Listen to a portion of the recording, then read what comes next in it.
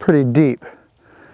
Not much time left, so we better get busy. I'll explain how all this happened, and I got a question for the viewers out there, see if they can help me with trying to prevent this in the future, so stick around. Dig, drive, DIY. When you live out in the country like we do, you learn to deal with a few inconveniences. For example, if you want to take in the latest Hollywood blockbuster movie, it's going to be a 30-minute drive to the nearest theater. If you hurry, that is. No, there aren't any convenient fast food places to grab supper on the way home from work. And during certain times of the year, that fresh country air that you hear so much about, well, it's soured by the smell of some farmer spreading fertilizer. But probably the biggest inconveniences for us come from bad weather. If we get a bunch of snow, some back roads can be impassable for days. An ice storm could knock out our power for over a week at a time. High winds bring down tree limbs and sometimes even buildings. And when we get a bunch of rain here on the flat plains of northeast Indiana, flash flooding is all too common, especially around here. Obviously, we get this problem when the field floods and all the trash that's on top of the field floats this way because of a prevailing wind, and it pushes it on top of the flood water into our yard, and when the water recedes, we're left with this. So we've got to try to get this cleaned up. My plan is to see if we can either rake it or scoop it or move it, get it in the corner of the field here, and then we'll burn it. So all of the water from a couple hundred acres drains to right here in the corner of this field, and it goes into this catch basin. And the problem is, as the water starts to rise, it moves the corn fodder or the bean stubble with it, and it plugs up the drain.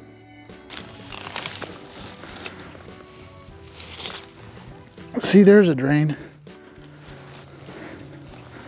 As the grate plugs up, the water can't run out, obviously, and then it backs up and it floods. If this can continue working, we don't get a flooding issue. It's just when too much water comes too fast. Now, they tried to put this on there,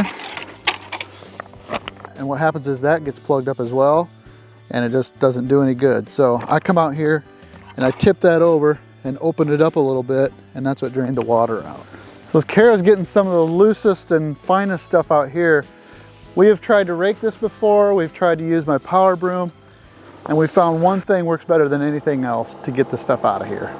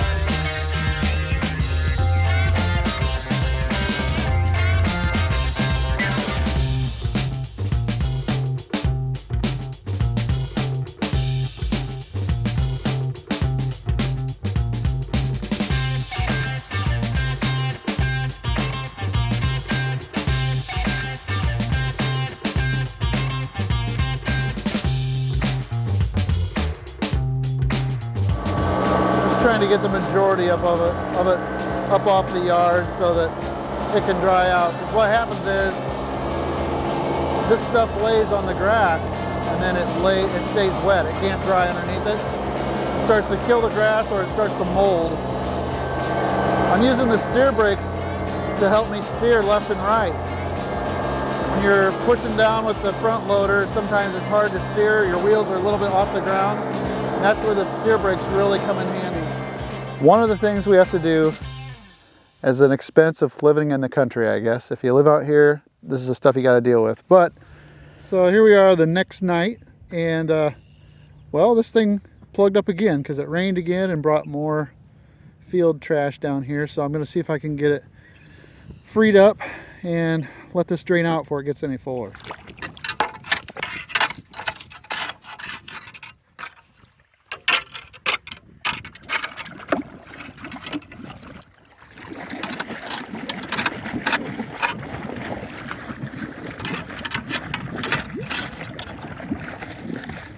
Now she's sucking.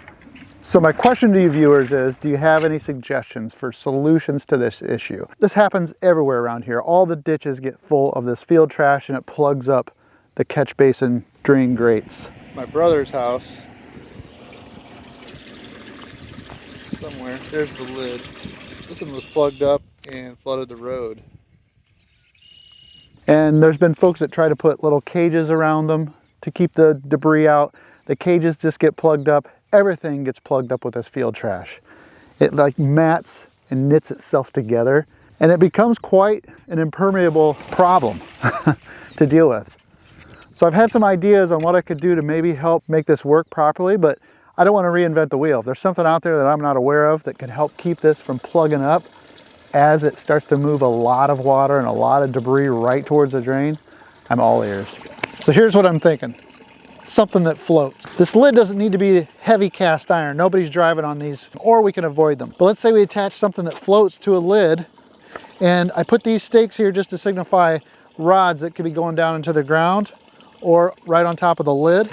As the field trash comes in and plugs the top, it starts to float up and lets water in underneath. Maybe the trash goes in through the open hole, maybe it doesn't. It either goes back down or it keeps rising. Maybe you'll be left with trash around the outside, but at least you got a chance. So see, maybe my inconvenience could be an opportunity to come up with something. And with the help of you guys, I don't know, you're always full of good ideas and suggestions. So I look forward to that, because really, The charm of living in the country is that there are opportunities in all those little inconveniences. That long drive to the city to catch a movie, well, that means quiet, traffic-free country roads. No fast food? No problem.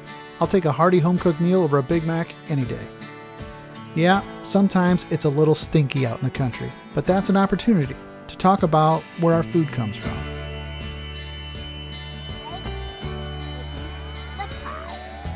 what are you doing?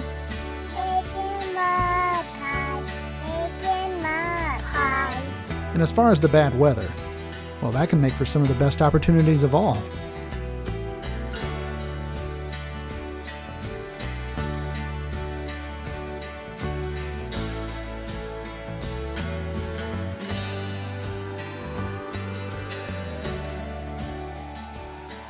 So living in the country isn't all bad, right? Do you guys like living in the country? Yeah. You know why I like you guys growing up in the country? Why? Because Mommy and I both grew up in the country. So where do Grandma and Grandpa Koch live? There. Right there. And where's Grandma and Grandpa Miller live? They live right behind that white barn over there. Right there in that woods. So where do Uncle Nate, Aunt Andrea, and all the cousins live? There. Not all the cousins. Most of them. Right there. Everybody's pretty darn close, aren't they? Yeah. Well, despite the obvious challenges, once in a while, we wouldn't trade living in the country for the world, would we? No. No. So that car belongs to a friend of my brother's, and my brother just lives down the road, and he brought it over to show him, and now my brother Nate is bringing it over to show us.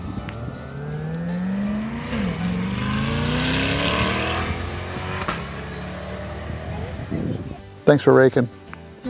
Go teamwork. Dig Drive DIY for the win. I want to thank you so much for we want to thank you so much for clicking on this video. I did it again. Let's do it one more time, okay? These for the Bloopers. We all hope that you liked it, and if we're lucky, we'll see you in the next one.